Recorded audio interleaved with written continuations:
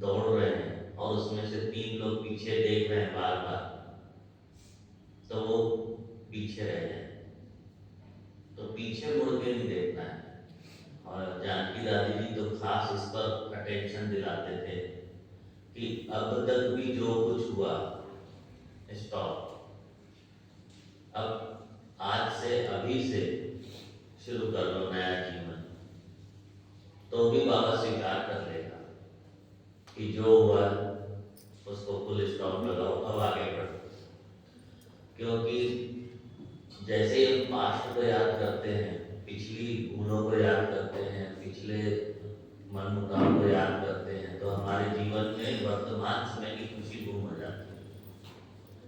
अभी कोई आप दुख की घटना याद करेंगे तो वर्तमान भी खराब हो जाता है, वो भी दुख का अनुभव, वो फीलिंग सामने आ जाती है। इसीलिए हमें जो अच्छे प्रेरणा और मोटिवेशन करने वाले जो भी संबंध हमारे बने हुए हैं, जो हमें जहाँ से ताकत मिलती है, उन चीज़ों को याद रखना है, जिससे हम और आगे बढ़ें। जब दौड़ने वाला व्यक्ति जब दौड़ता है तो ये सोचता है ना कि हाँ भाई, पहले भी मैं जीत पाया हूँ, अभी भी पा लूँगा। अगर वो यही सोचे कि नहीं पहले तो मैं हार गया था, पता नहीं अभी जीतूंगा कि नहीं, तो वो पीछे रह जाएगा। तो हमेशा जब भी हमें आगे बढ़ना है तो हमें ज्ञान का जो पहला साल है, जब हमें ज्ञान मिला था और हमें 1 साल हुआ था, वो पहला साल याद रखना है कि उस समय हमारा योग कैसे लगता था, उस समय हमारी आंख कहीं डूबती नहीं थी। तो वो अनुभव हर आत्मा को याद है। जब बाबा ने मुझे अपना बनाया था तो उस समय मेरी स्थिति क्या थी और आज क्या है, बहुत अंतर है। हम कई चीज़ों को देखना शुरू कर देते हैं, इसीलिए हमारी अवस्था धीरे धीरे, हमारी एनर्जी बढ़ जाती है तो बाबा से एनर्जी ले नहीं सकते हैं, क्योंकि एनर्जी लेने के लिए भी तो एनर्जी चाहिए। सीढ़ी तो है लेकिन चढ़ने के लिए थोड़ी ताकत तो चाहिए।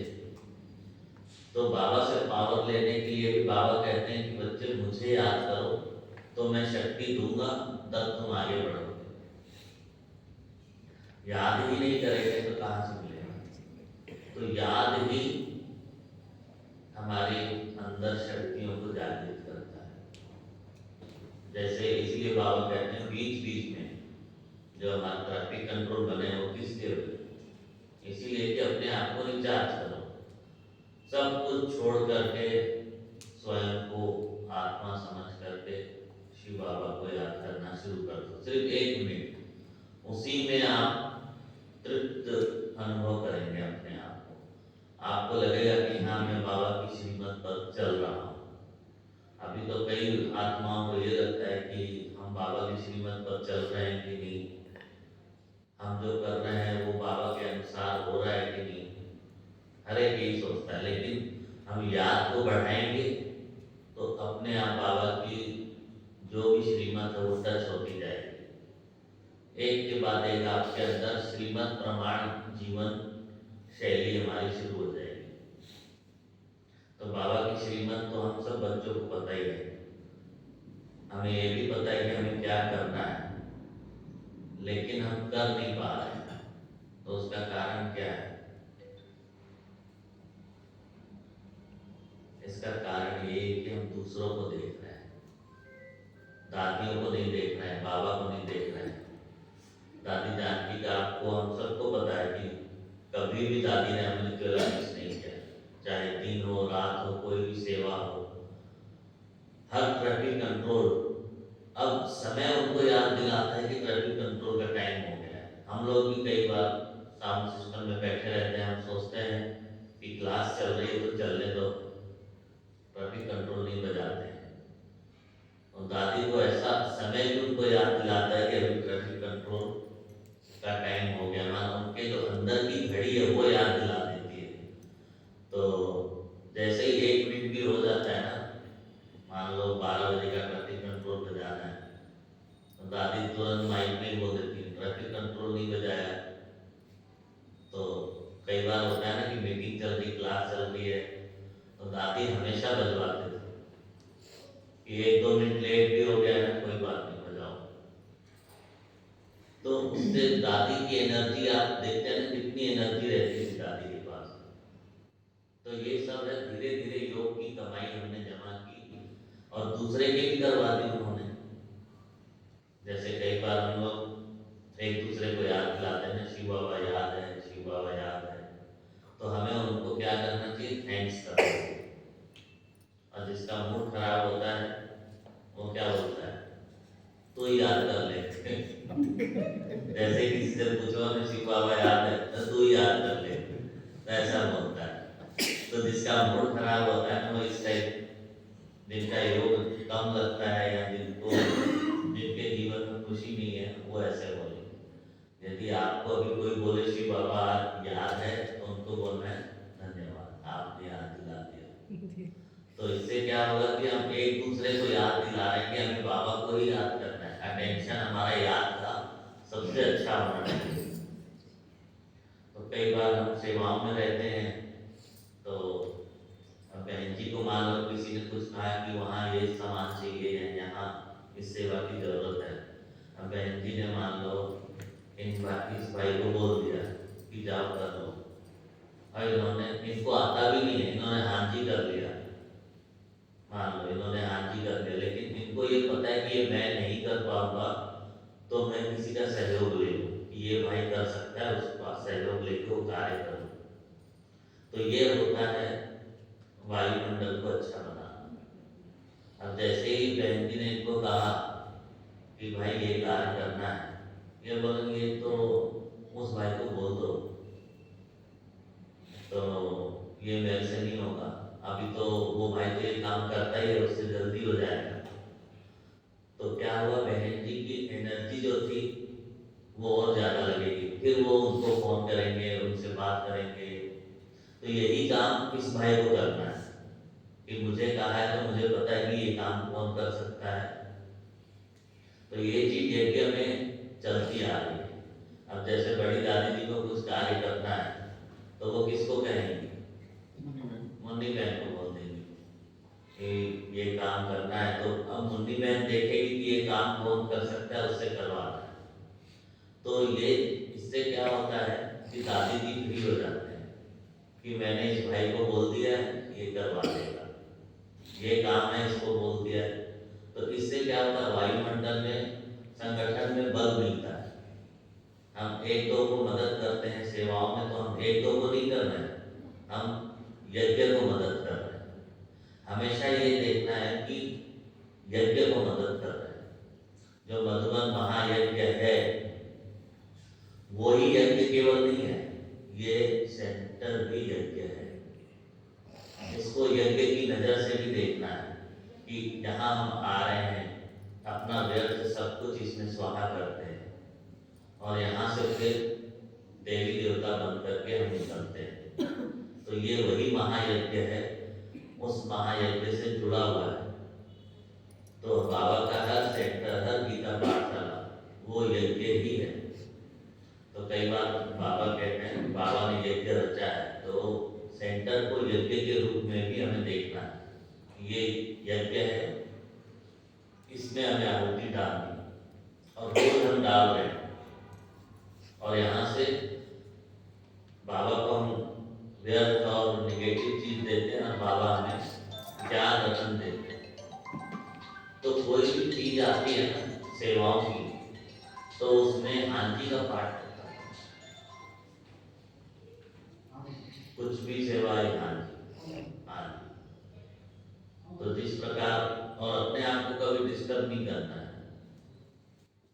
हाथी कर दिया तो ऐसा नहीं कि हाँ हमने तो हाथी कर दिया, तो आप अपने भाई बहनों की मदद करो कि भाई बहन जी ने ये बोला, मैं तो इतना ही कर सकती हूँ, तो आप थोड़ा मदद करेंगे, तो वो कर लेंगे। तो ऐसा नहीं, अपने ऊपर बोझ नहीं लेना है। आपको कहा है, माना आपके अंदर कोई ना कोई ऐसी कला है जो आपसे वो कार्य हो जाएगा। जैसे मेरे पास कोई ना कोई सेवा आती है, और कोई भी सेवा आती है, तो मुझे मालूम है मैं ये नहीं कर पाऊंगा, लेकिन मैं उनको हाँ जी कहता हूँ और मुझे ये ढूंढना है कि अब ये कौन कर सकता है। तो सामने वाला क्या है, निश्चिंत हो जाता है कि भाई ना संजय भाई के पास जाओ, काम हो जाएगा। तो मेरे से नहीं भी होगा तो मैं किसी और से मदद लेकर उनका काम कर देता हूँ। तो इससे क्या होता है, दुआएं बहुत मिलती है। जो बाबा ने इस बार कहा कि बच्चे सबकी दुआएं मिलनी चाहिए, तब हमारा पुण्य कर्म होगा। और पुण्य कर्म हमें बड़े बड़े विघ्नों से बचा देता है। वो पुण्य कर्म ही है जो बड़े बड़े एक्सीडेंट होते हैं ना, तो उसमें भी हमारे भाई बहने सेफ हो जाते हैं। आपने देखा हो कई बार एक्सीडेंट हुआ और कुछ लोगों को कुछ भी नहीं होता है। तो ये क्या है, ये सब पुण्य कर्म है, दुआओं का असर। तो इसीलिए सब लोग कहते हैं कि जब भी दुआ करो तो मेरे लिए भी कर लेना, कि हमें दुआओं में याद रखना। भले पार्टी में मत बुलाओ, इसमें मत बुलाओ, लेकिन जब भी आप दुआ देंगे तो हमें भी याद रखना। तो इसीलिए दुआओं में इतनी शक्ति है। और बाबा ने पूरी मुरली ही दुआओं पर चला दी कि हर एक आत्मा को आप दुआ दो। तो हमें तो मालूम है कि हम जो देंगे वो मिलेगा। अभी कोई व्यक्ति आपसे ना जोर से बात कर रहा है, गुस्से से कर रहा है, तो उस समय हमें क्या करना चाहिए? तो शांत रहेंगे कि संकल्प चलेंगे? और क्या सोचना है? अब क्या है, वही सोच नहीं, अब ज्ञान भी रिफाइन हो रहा है तो हमारा चिंतन भी रिफाइन होना चाहिए। उनको शुभकामना देना है कि बाबा इनके कल्याण। और मान लो किसी ने आप पर गुस्सा कर दिया, तो आप क्या सोचेंगे उस समय? मन में बोलेंगे कि शक्तिशाली आत्मा है, बाबा इनको कल्याण। उस समय ये सोचना है कि इनके पास जो है वो ये हमें दे रहे हैं, हमारे पास जो है वो हम इन्हें देंगे। तो हमारे पास क्या है? शुभकामना, शुभ भावना, दुआएं, रहम दिल की भावना। हमारे पास जो है हम वो दे रहे हैं, उनके पास जो है वो दे रहे हैं। तो कार्य वो अपना कर रहे हैं, तो हम उनका कार्य क्यों करें? हम अपना कार्य करें ना। तो इससे क्या होगा कि आवाज नहीं होगी। लोग, ये दुनिया की कहावत है ना, जहाँ चार बर्तन होंगे वहां तो आवाज होगी, लेकिन यहाँ हम 100 लोग भी रहेंगे तो भी आवाज नहीं होगी, क्योंकि अंडरस्टैंडिंग है, समझ है। तो जहाँ समझ आ जाती है, हमें पता चल जाता है कि मुझे क्या करना है, तो वो आवाज नहीं आएगी बाहर। तो आपस में इतना ज्यादा हमारा स्नेह हो, इतना रिस्पेक्ट हो कि विघन को आने ही न दे। अगर हम सब यहाँ देवी देवता के स्वरूप में अभी बैठ जाएंगे तो हम क्या करेंगे? एक दो को सम्मान देंगे ना। अभी तो हम पुरुषार्थी हैं, इसीलिए हम एक दूसरे की थोड़ी कमी भी देख लेते हैं, लेकिन जब संपूर्ण स्वरूप में हम बैठेंगे तो एक दूसरे की कमी दिखाई भी नहीं देगी। हम एक दूसरे को रिस्पेक्ट देंगे। तो इसलिए जो जब कल बाबा ने कहा ना कि बाबा के संस्कार कौन से हैं, विश्व कल्याणकारी शुभकामना, तो वही मेरे संस्कार। और बाबा का एक संस्कार और है कि बाबा हम सबको कैसे देखते हैं? संपूर्ण स्वरूप में देखते हैं। इसीलिए बाबा डिस्टर्ब नहीं होते, बाबा को कोई संकल्प नहीं चलता। तो हम भी एक दूसरे को जब देखें ना तो संपूर्ण स्वरूप में देखें। जब इसका यादगार क्या है कि दुनिया वाले हर एक में परमात्मा को देख लेते हैं कि हाँ भाई इन सब में परमात्मा है, इसलिए इनको सम्मान देना है। लेकिन बाबा ने हमें कहा कि ये सब संपूर्ण देवी देवता बनने वाली आत्माएं हैं, इनको संपूर्णता के स्वरूप में देखकर इनको सम्मान दो, इनसे व्यवहार करो। तो बाबा हमसे जो व्यवहार करते हैं ना, तो वो संपूर्ण स्वरूप देख करके करते हैं। और जब उनको शिक्षा देनी होती है तो हमारे संपूर्णता में जो कमी है उसके ऊपर शिक्षा देते हैं, बाकी कोई चर्चा नहीं होगी। जहाँ हमारी कमी को खत्म करना है वही बात बाबा हमसे बोलेंगे कि हाँ, सेवा में अनबन नहीं होनी चाहिए, जब भी आप किसी से मिलो तो कैसे मिलो, ये सब कला बाबा सिखाते हैं। तो बाबा का एक संस्कार और है, आप बाबा के कौन से संस्कार हैं ये आप लिखना भी और बाबा से योग में बात भी करनी है, क्योंकि लिखना जरूरी है, चिंतन भी जरूरी है, क्योंकि हम स्टूडेंट हैं। तो बाबा का एक संस्कार और है, वो कौन सा है? दृष्टि देना। माना बाबा दृष्टि से हमारी सृष्टि परिवर्तन करते हैं। आप कभी भी देखेंगे बाबा आए सबसे पहले क्या करते हैं? 10 मिनट तक, अभी तो 10 मिनट देते रहे, लेकिन इससे पहले बताते हैं कि बाबा आधा घंटे तक केवल दृष्टि दे रहे हैं, हिस्ट्री हॉल में, ओम शांति भवन में। तो जो बाबा दृष्टि देते हैं वो हमारी सृष्टि को परिवर्तन करते हैं। हमारी सृष्टि अर्थात हमारे स्वभाव, संस्कार, व्यवहार, इन सबको परिवर्तन कर देते हैं। तो दृष्टि से सृष्टि। अभी जैसे आपने वाणी से सेवा की है ना, यहाँ अभी इतनी बड़ी सेवा चली है, तो वाणी से चलिए। आगे चल के अब मान लो लड़ाई झगड़ा होगा तो फिर ज्ञान कौन सुनेगा? सुनेगा? अभी 2 लोग लड़ते हैं, 2 लोग को भी हम उनकी लड़ाई छुड़वा नहीं पाते हैं, चाहे बोल से चाहे कर्म से। तो जब आगे बहुत ज्यादा हल्ला होगा, कोई हमारा सुनेगा नहीं, तो ये समझो कि वाणी की भी सेवा धीरे धीरे कम हो जाएगी। तो अब पाठ चलेगा, फिर मनसा से पहले भी एक पाठ और चलेगा, वो दृष्टि की सेवा। जैसे आप जा रहे हैं कहीं, बहुत सारी भीड़ है, कोई लड़ाई झगड़ा कर रहा है, तो हमारा देखना और दुनिया वालों का देखना दोनों में फर्क है। हम देखेंगे, हम वाइब्रेशन देंगे, दृष्टि से सेवा करेंगे कि हे आत्माओं अब शांत हो जाओ, शांत हो जाओ, शांत हो जाओ। 3 बार ही बोलेंगे, वो शांत हो जाएंगे। हमारा दृष्टि से हमारी सेवा शुरू हो जाएगी। जो आत्माएं आपसे दृष्टि लेंगी उनको लगेगा कि भाई अभी तो हमें कुछ नहीं करना है, बस शांत रहना है। तो हमारी दृष्टि पड़ते ही उनकी सृष्टि परिवर्तन हो जाएगी। फिर उसके बाद आएगी मनसा सेवा। जब बाबा ने कहा है कि खिड़की भी खोल नहीं सकेंगे, तो उस समय क्या करेंगे? तो बाबा के पास बैठ करके मनसा सेवा करें। उससे पहले अब क्या होने वाला है? नाना पुरुषार्थ और संपूर्णता की ओर हमें चलना है, तो कई सारी चीजें होंगी। जैसे हमारी ये सेवा पूरी हुई, वाणी की सेवा पूरी हो जाएगी, तो फिर बीच में एक सेवा और है, वो है साक्षात्कार से सेवा। जो आत्माएं नहीं आ रही हैं, जो इस ज्ञान को नहीं मान रही है, उनको अचानक ही साक्षात्कार होने लगेगा।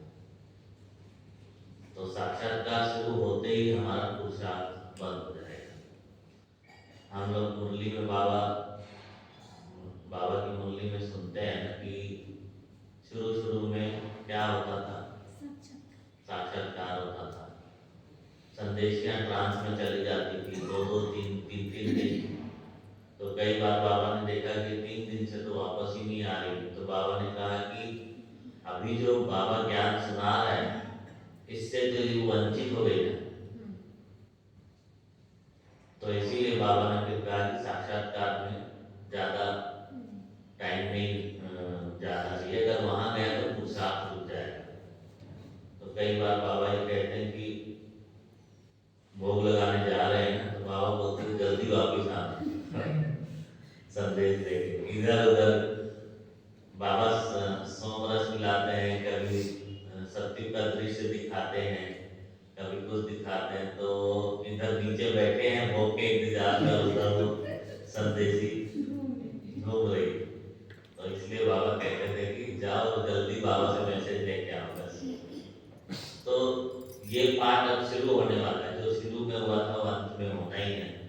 तो भले थोड़े समय के लिए होगा, उस समय वो 14 साल चलता रहा, लेकिन अब कम से कम 1-2 साल तो चलना ही है, क्योंकि सृष्टि का परिवर्तन होना अब जरूरी है। पहले तो हम बोलते थे होगा, लेकिन अब जो समय आ गया है ना, ऐसा लग रहा है कि अब जरूरी हो गया है। इसीलिए बाबा ने कहा कि जब सबके अंदर आएगा कि परिवर्तन हो जाए तो तुरंत होना शुरू हो जाए। अभी तो लोग कुछ भी थोड़ा कुछ मिलता है उसमें संतुष्ट हो जाते हैं, खुश हो जाते हैं कि हाँ भाई हमें तो सब कुछ मिल गया, यही स्वर्ग है हमारे लिए। अब ब्राह्मणों को सब कुछ मिल जाए तो वो बोलेंगे यही स्वर्ग है बाबा, बस सत्युग में क्या जाना। जैसे किसी को कुछ चाहिए तो बाबा उनको दिला देते हैं। और अभी समय ये है कि हम ब्राह्मण आत्माएं जो भी संकल्प करेंगे बाबा वो पूरा करेंगे। घर जाने से पहले बाबा हमें पूरा संतुष्ट करेंगे, तो वो समय अभी शुरू होने वाला है। जैसे एक बच्चा है, अपने पिता के साथ गया बाजार में, उसको 1-2 चीज पसंद आ गई, ये चाहिए, तो पिताजी बोलता है कि नहीं ये अभी नहीं लेना, बाद में लेंगे। वो बोलता है नहीं, जब तक नहीं दोगे घर नहीं जाऊंगा। होता है ना कई बार।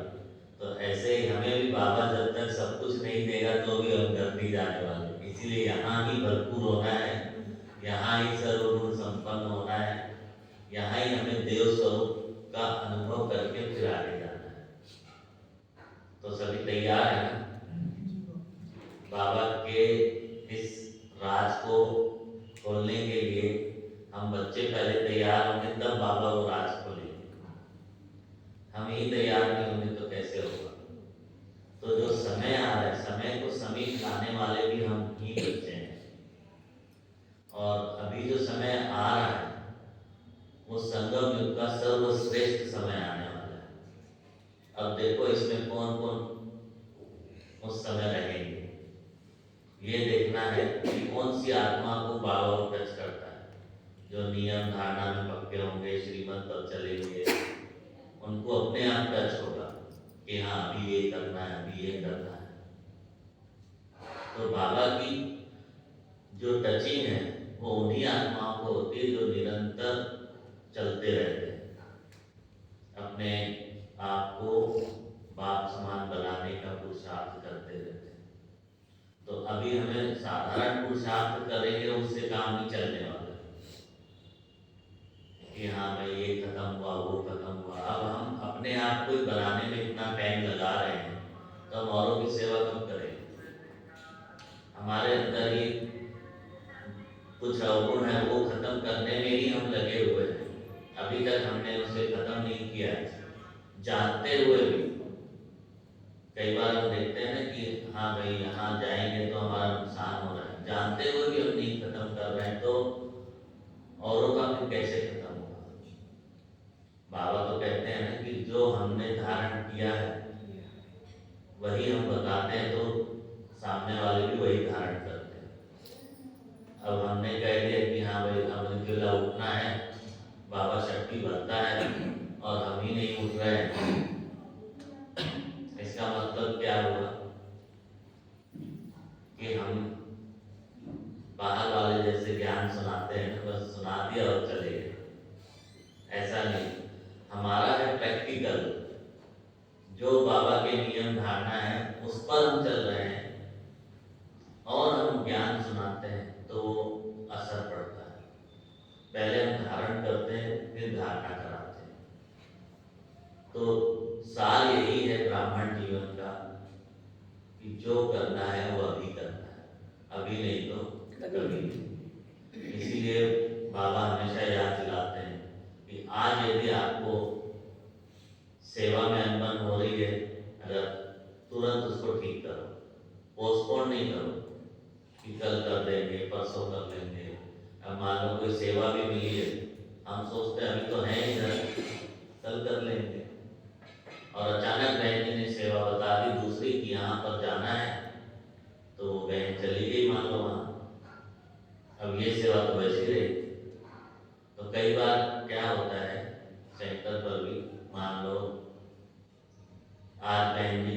कपड़े भिगा दिए और सोचा कि चलो शाम को धो लेते हैं, और अचानक शाम को दूसरी सेवा आ गई।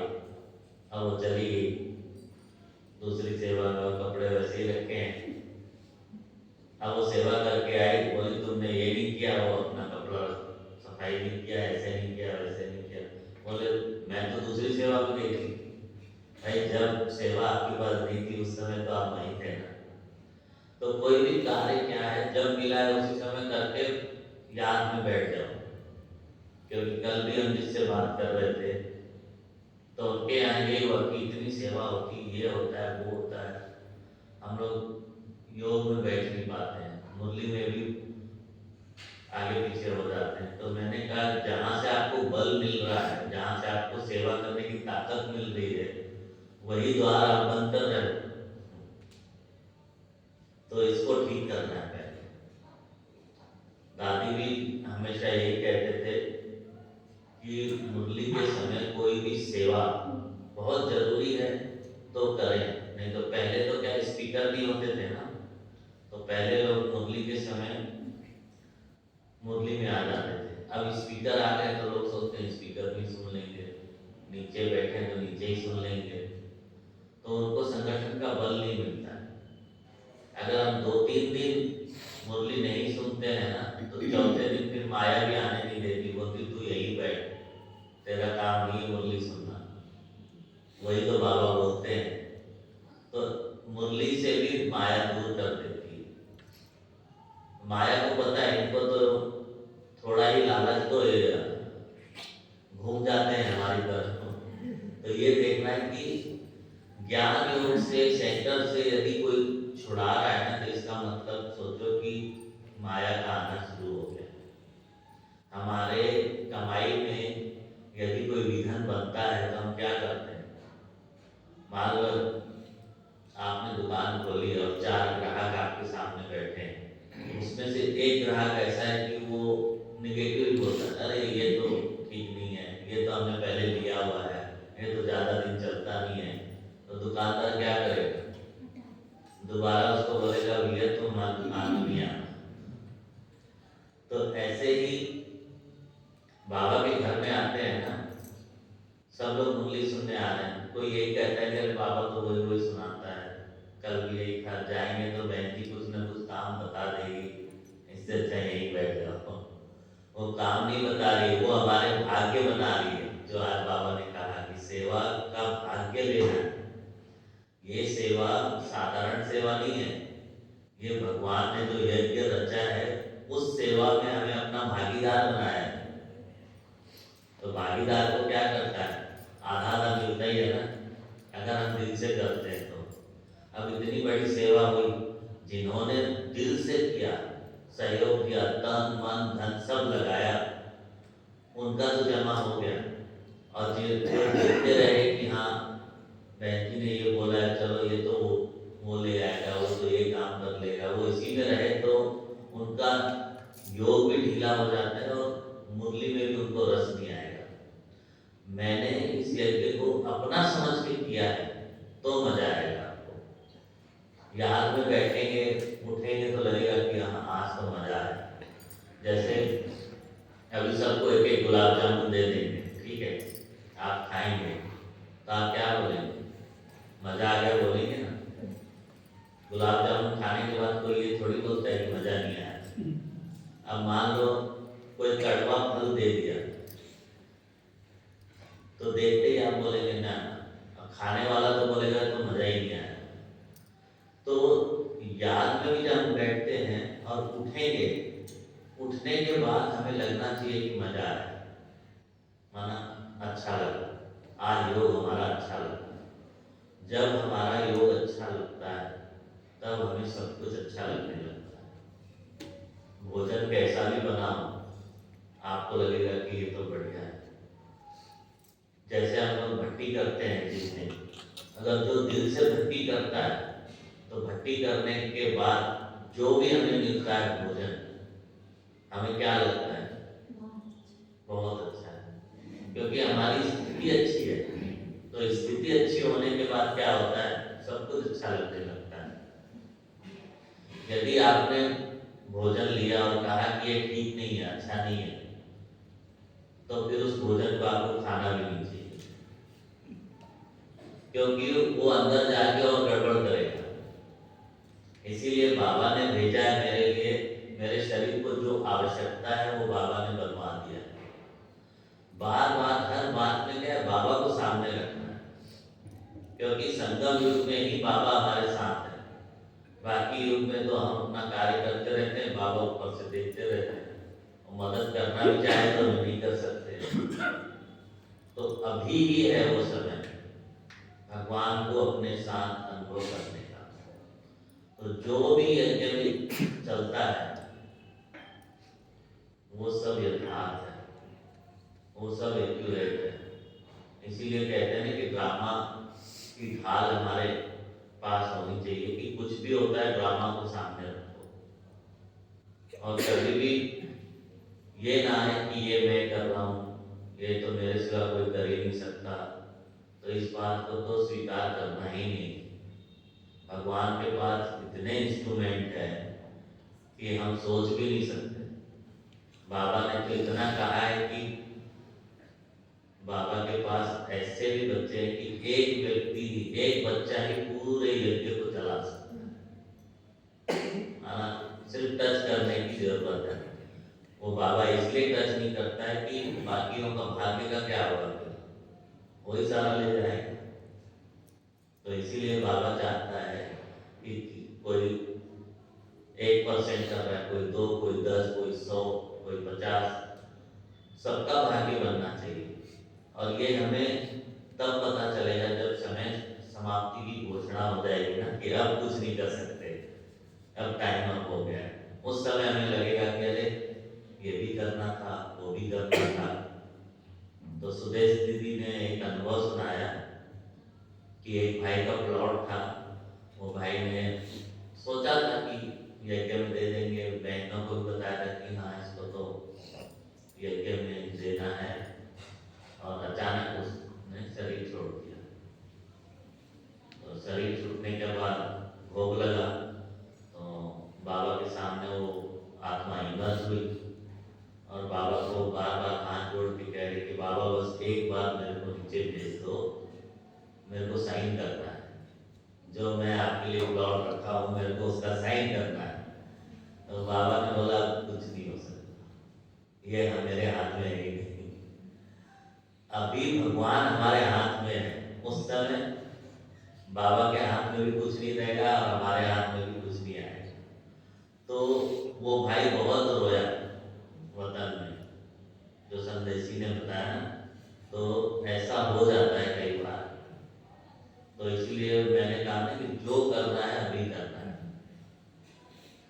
और देने के बाद तो सोचना भी नहीं है कि हमने दिया है, क्योंकि हमें दिया किसने है, जिसने दिया हमने उसको दे दिया। बाबा कई बार बोलते हैं ना कि जिसने दिया उसको दिया है, तो कौन सा बड़ा दिया है।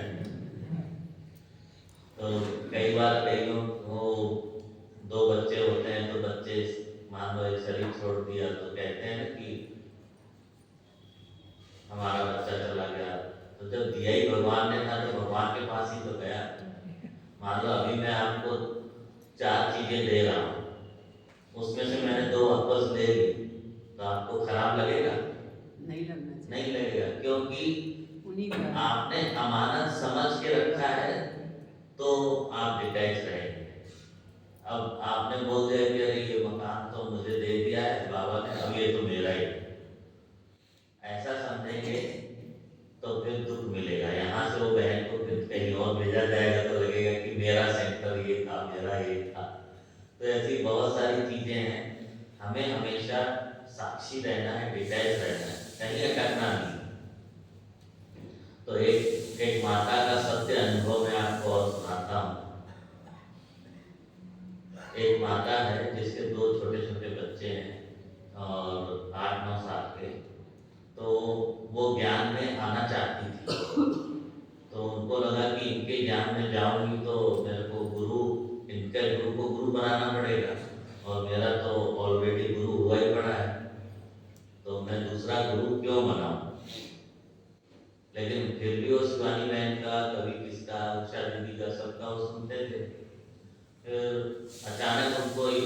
आ गया कि ऑनलाइन कोर्स। वो कोर्स तो करना चाहती थी, लेकिन वो इसलिए नहीं कर रही थी कि मेरे को इसको गुरु बनाना पड़ेगा। मेरा गुरु तो पहले ही बना हुआ है। तो फिर उसने सोचा कि चलो ऑनलाइन में कोर्स कर लेते हैं, ऑनलाइन में तो गुरु बनाने की जरूरत ही नहीं है। तो यूट्यूब से उसने 7 दिन का कोर्स कर लिया। 7 दिन का कोर्स करने के बाद उनका युगल टर्की में था, विदेश में, तो वहाँ नौकरी पे था 2 साल से। तो ये माता तो अपना उसको ज्ञान बहुत टच हुआ, 7 दिन का कोर्स कर लिया। जब ये कोर्स सुनती थी, लिखती भी थी और अपने पति को बताती भी थी, विदेश में जो रहता था, कि आज तो मैंने कोर्स शुरू कर लिया, आज तो उसने ये बताया, तो ज्ञान चर्चा दोनों की बीच बीच में होती रही। फिर उसके बाद जैसे 7 दिन का कोर्स पूरा हुआ तो बहनें तो कहती हैं कि आपका जो नजदीक का सेंटर है वहाँ सप्ताह में 1-2 दिन तो जाना ही है, उसके बिना आगे बढ़ नहीं पाएंगे। तो उसने सोचा कि चलो गुरुवार को चले जाएंगे। तो गुरुवार को और रविवार को 2 दिन आती रही। थोड़ा दिन ही आई और अचानक टर्की में 2023 में वहाँ भूकंप आया, और भूकंप आया तो उनका पति वहीं शरीर छोड़ दिया भूकंप में। तो इनको मैसेज मिला कि वो जहाँ फैक्ट्री में काम कर रहे थे और वहाँ पर बहुत बड़ा भूकंप आया और बहुत लोग मर गए। तो उसमें इनका पति का भी नाम था कि ये भी शरीर छोड़ दिया। अब इसको बहुत दुख हुआ कि अब क्या करूं। तो वो 1-2 दिन के बाद फिर गुरुवार आया, फिर गुरुवार को आई सेंटर में आई। तो बहनें तो बैठती हैं भोग लगाने के लिए, तो वो भी सामने ही बैठी थी और अचानक उसका पति उस इमर्ज हुआ, वहाँ संदली पर बैठा है। वो उसको बेंची भी दिखाई देगी, उनका युगल दिखाई देगा कि वो यहाँ आके बैठ गया है। और वो कह रहा है, माना उसको कह रहा है कि तुमने जो ये मार्ग पकड़ा है ना, यही सर्वश्रेष्ठ मार्ग है, इस मार्ग को कभी नहीं छोड़ना। और जो यहाँ आता है ना, जो ज्ञान सुनाया जाता है वो भगवान का ही डायरेक्ट ज्ञान है और शिव बाबा ही भगवान है। उस माता को ये 3-4 लाइनें वो बोल के फिर गायब हो जाता है। तो सोचो वो आत्मा शरीर कहाँ छोड़ी है और यहाँ आके अपनी युगल को वो लास्ट महावाक्य जो थे वो बोल के चला गया कि तुम और तुम्हारी जो भी समस्या है, ये भी बोला, तुम्हारी जो भी समस्या है वो यहीं पर आके ठीक होगी और बच्चों का, घर का, सबका देखभाल तुम्हारा बाबा ही करेगा। इतना बोल के वो चला गया। तो हम इस श्रेष्ठ मार्ग पर हैं, इसलिए अपने आप के लिए ताली बजाएं कि इसे अब छोड़ना ही नहीं है, चाहे कुछ भी हो जाए। समस्या जितनी आ रही है यहाँ आने से और वो खत्म हो जाएगी। तो ये थे कुछ अनुभव, ज्ञान की बातें जो बाबा ने हमें सिखाई है, आपके साथ वो हम बांट रहे हैं। इसीलिए समय बहुत कम है, अपने आप को निरंतर याद की ओर ले चलना है। सब बातों को किनारे कर दो, पीछे मुड़ के देखना ही नहीं, आगे बढ़ना है, बढ़ना है। कुछ नई आत्माएं भी होंगी। अपना आपने कहा पहला साल याद, तो देवियों की झांकी लगी हुई थी, प्रदर्शनी लगी हुई थी बुधवारी बाजार में, बिलासपुर में। जैसे प्रधानमंत्री जी ने कहा ना, मैं तो हूँ ही आपका, तो बाबा ने भी कहा है मैं तो हूँ ही आपका, और मैं भी यही बोलता हूँ मैं तो हूँ ही यहाँ का। बिलासपुर तो ज्ञान मिला, देवियों की झांकी देखी थी हमने। फिर हमने सोचा कि कोर्स बाद में करेंगे। जैसे अभी आप यहाँ प्रदर्शनी करते हैं, प्रदर्शनी करने के बाद एड्रेस दे देते कि यहाँ आप आ जाओ, 7 दिन का कोर्स करो। तो वो कोर्स हमने सोचा कि कर लेंगे। तो कोर्स करने से पहले हमारे लौकिक वालों ने मेरी सगाई करा दी। कोर्स करने से पहले सगाई करा दी। जैसे हम सगाई करके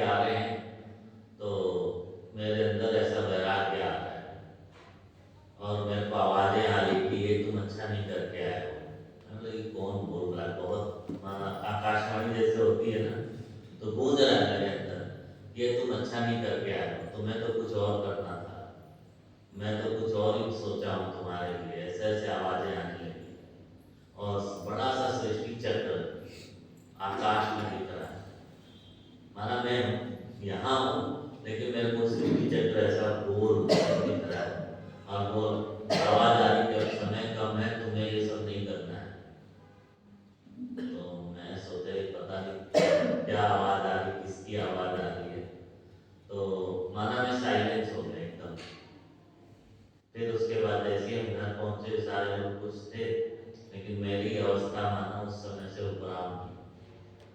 तो जिस भाई के साथ हमने प्रदर्शनी देखी थी, देवियों की झांकी देखी, तो वो भाई ने कहा कि मैंने बोला कि ये सेंटर है कहाँ? बोले टेलीफोन एक्सचेंज रोड पे है। तो मैंने कहा चलो हम लोग कोर्स कर लेते हैं। तो जैसे ही हम गए पहली बार सेंटर पे, तो जैसे ही हम बाबा के कमरे में बैठे तो जैसे आंसू आना शुरू हो गया। और बाबा जैसे चैतन्य में बैठे हैं और बाबा बोल रहे हैं कि बच्चे आ गए, मैं ही तुम्हारा इंतजार कर रहा था। और उस समय आपको मालूम है कि बाबा का जो फोटो है ट्रांसलाइट है वो इस तरफ होती थी, अभी जहाँ है उससे भी हाँ उस तरफ होती थी। तो ऐसे ही दरवाजे से ये वाले जो अंदर का दरवाजा उठकर हम यहीं सामने बैठे हुए थे और बस ऐसा लग रहा है कि वहाँ बैठे ही रहे। तो बाबा इतनी पावर कर रहा है, पता भी नहीं चल रहा है कि क्या हो रहा है।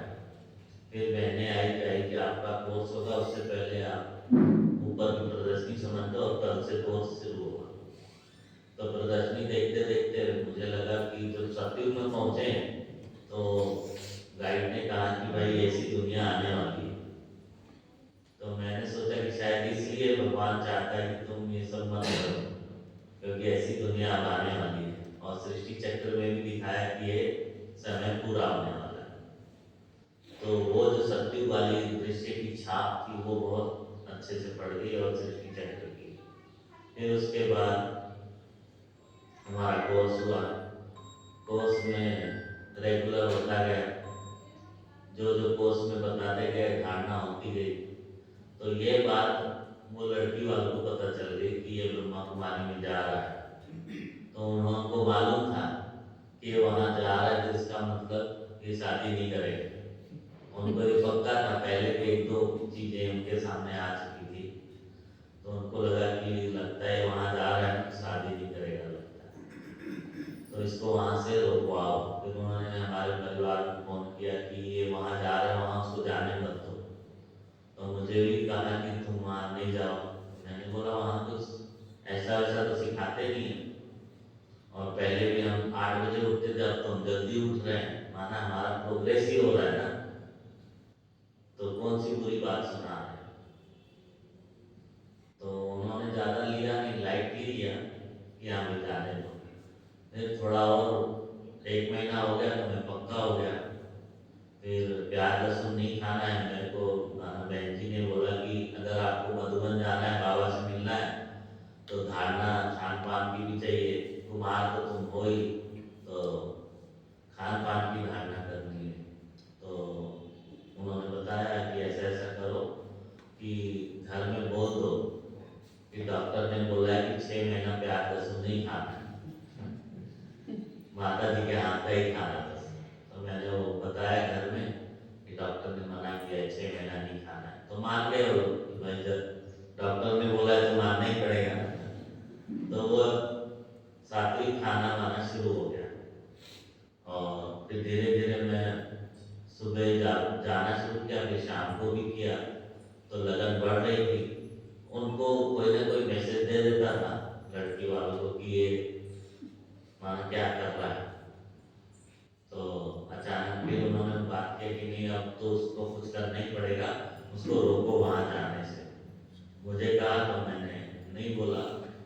फिर हमारे परिवार वाले किसी से मिले कि ऐसा ऐसा है, तो उन्होंने बोला ठीक है ये मैं दे रहा हूँ दवाई, ये उनके खाने में डाल देना, तो वो वहाँ जाना छोड़ देगा ब्रह्मा कुमारी। तो उन्होंने जो मेरे टिफिन में दवाई डाल दी घर में, तो टिफिन लेके मैंने पहले फिर मुरली सुन के फिर दुकान पे जाता था। तो जैसे ही मैं टिफिन लेके गया दुकान में रख दिया और सारे दिन में मुझे भूख ही नहीं लगा और टिफिन मैंने खोला ही नहीं। तो ये था बाबा का कमाल कि हम कुछ भी करेंगे ना, हमारे आसपास बाबा रहता ही है, वो हमारी रक्षा करता है। तो जैसे टिफिन वापस चला गया तो उनको क्या संकल्प आया कि अरे इसने तो कुछ खाया ही नहीं, हमारा दवा का असर कैसे होगा।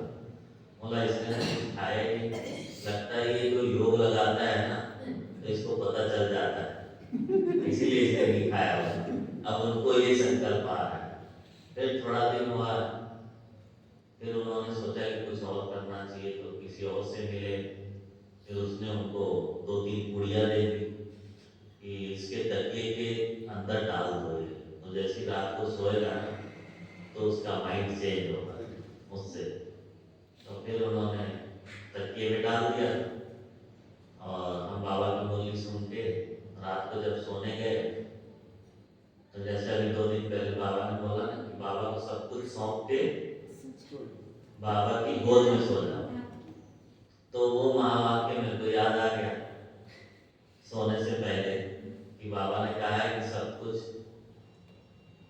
बाबा को दे दो। जैसे मान लो ये कार है और मैं आत्मा ड्राइवर हूँ, तो कार को तो गैरेज में छोड़ना पड़ता है ना, तो वो लाइन भी याद आई और ये वाली भी कि बाबा की गोद में सो जाओ। तो मैंने देखा पीछे ऐसे जो तकिया रखा है, तकिया को हटा दिया बाबा की गोद में सो गए। तो फिर उनको लगा कि इसको ना योग में पता चल जाता है तकिया में कुछ रखा। अब मुझे तो पता ही नहीं है ना, हम तो बाबा की श्रीमत पर चल रहे हैं। तो इससे भी सीखने को मिला कि हम श्रीमत पर चलते हैं तो अपने आप हमारी सेफ्टी हो जाती है। तो अब वो सोच रहे कि इसको माना कैसे वहां से छुड़ाए, उनका चिंतन फास्ट चलने लगा। फिर उन्होंने थोड़े दिन में बोला कि यहाँ एक तांत्रिक है, एक भाई है जिससे मिलने जाना है। मुझे पता नहीं था वो कौन है, बाद में पता चला कि वो तांत्रिक था। मुझे उससे मिलने जाना है और आपको कुछ दवाई देगा तो लेके आनी है।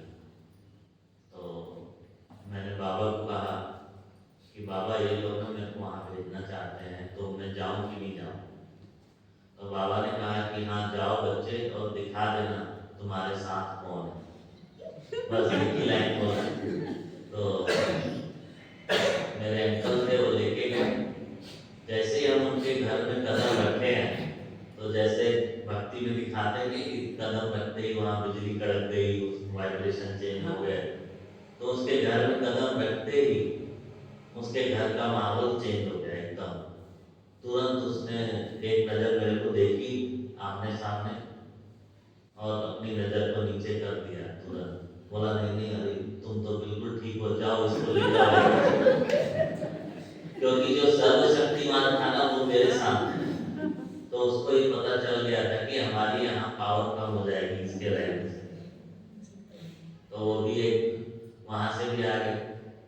फिर वहाँ पर क्या किया उन्होंने, हमको नींबू दिया। एक कन्या को बोला कि इनको ये नींबू काट के दे दो और ये दे दो और बोलना कि अपने चारों तरफ वो फेंक दे। और फिर हमारे अंकल ने उसको पैसा भी रख दिया वहाँ। तो मैंने बोला इसको पैसा क्यों दे रहे हो, एक नींबू का इतना 500 रुपये। तो मैंने क्या किया, वो पैसा उठा के अपने जेब में डाल दिया।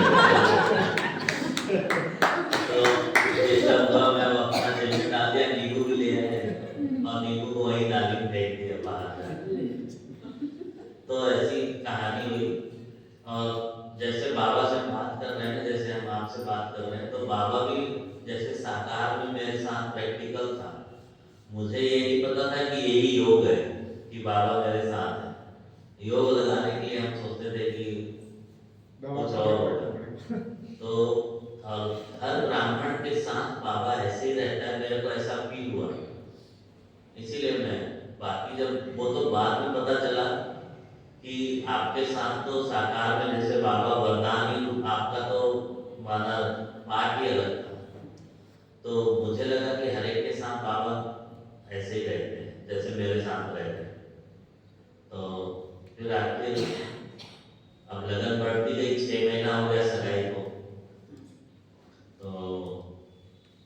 बाद फिर उन्होंने प्रयास किया, तो गोदिया में एक माता है, उस माता के अंदर कोई सोल आती है, तो वो सबका समाधान करती है। तो मेरे को वहाँ ले जाने लगे। तो फिर बाबा से मैंने बात की कि मैं जाऊँ कि नहीं जाऊँ, तो मेरे ऊपर ही था। तो बाबा ने फिर वही बोला कि जाओ, उनको भी दिखा देना तुम्हारे साथ कौन है। तो फिर गए वहाँ गए तो हमारे मामा जी जो है ना, एक मामा तो ठीक था कि ये जहाँ जा रखी है, लेकिन दूसरा बहुत गुस्से में था। तो जैसे होता है ना कि इसको घर में घुसने ही नहीं देना है। एक मामा ऐसा माना, उसने बोलने लगा इसको तो आने ही नहीं दूंगा, इसने मेरी बहन को बहुत तंग किया है। माना माता जी मेरे से परेशान है। मैंने बोला उसको क्या परेशानी है? बोला नहीं तू आएगा ही नहीं, मेरे को ऊपर से कुछ ईंट फेंक के मार रहा था। तो दूसरा जो मामा था उसने रोक लिया, बोला मैं, अब वो दोनों आपस में लड़ गए, फ्री हो गए। तो बाबा ऐसे बचा रहा था। फिर शाम हुई, शाम को हम चले गए गोदिया में, जहाँ जाना था सिंधी कॉलोनी में। तो वो माता आती है शाम को 6:30 बजे, उसके अंदर कोई सोल आती है।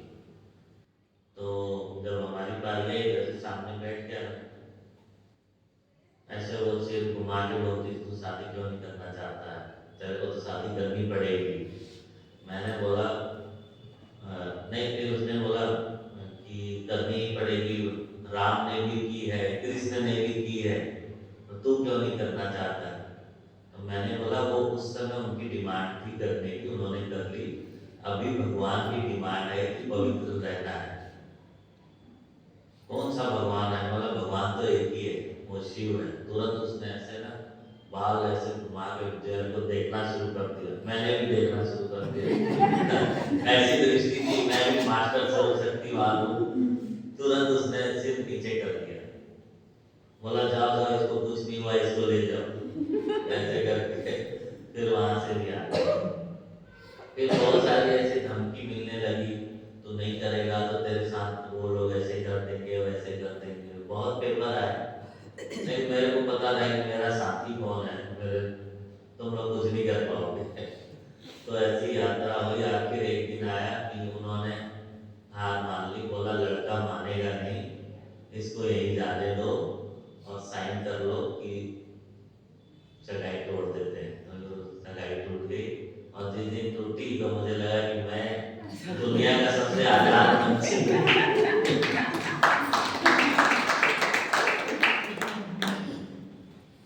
तो इसलिए मैं कई बार भाई बहनों को कहता हूँ, कुमारों को, कुमारियों को यही कहता हूँ कि बाबा ने जिस समय आपको देखा, अपना बनाया और ठप्पा लगा दिया कि तुम मेरे हो, बस उस जीवन को ऐसे ही चलने दो। कुमार जीवन में चुना है तो कुमार ही रहो। अगर कुमार में चुना है, क्योंकि इसीलिए चुना है कि आप कुमार जीवन के बाद अगर आप अधर कुमार जीवन में चुना है, तो आपको अधर कुमार से कुमार बनाने आया बाबा। तो इसीलिए ये सभा ही कुमार कुमारियों की सभा है। तो सब मिलके इसको आगे बढ़ाते हैं, इस यज्ञ को। और बाबा ने ये सब अनुभव इसलिए कराया है कि हम सब आपस में जान जाएं कि बाबा की पावर क्या है। बाबा चाहे तो कुछ भी कर सकता है, इसीलिए हमें कभी भी निश्चय में कम नहीं करना है, निश्चय को बढ़ाते जाना है। कोई भी कार्य आता है, हाँ हो जाएगा। हमारे साथ कौन है? बाबा खुद ही कह रहे हैं कि तुम बता दो तुम्हारे साथ कौन है, मैं थोड़ी बताऊंगा, तो बाबा ही बताएगा कि मैं इसके साथ हूँ। तो हमें सिर्फ इंस्ट्रूमेंट बनना है बस, बाकी काम बाबा का।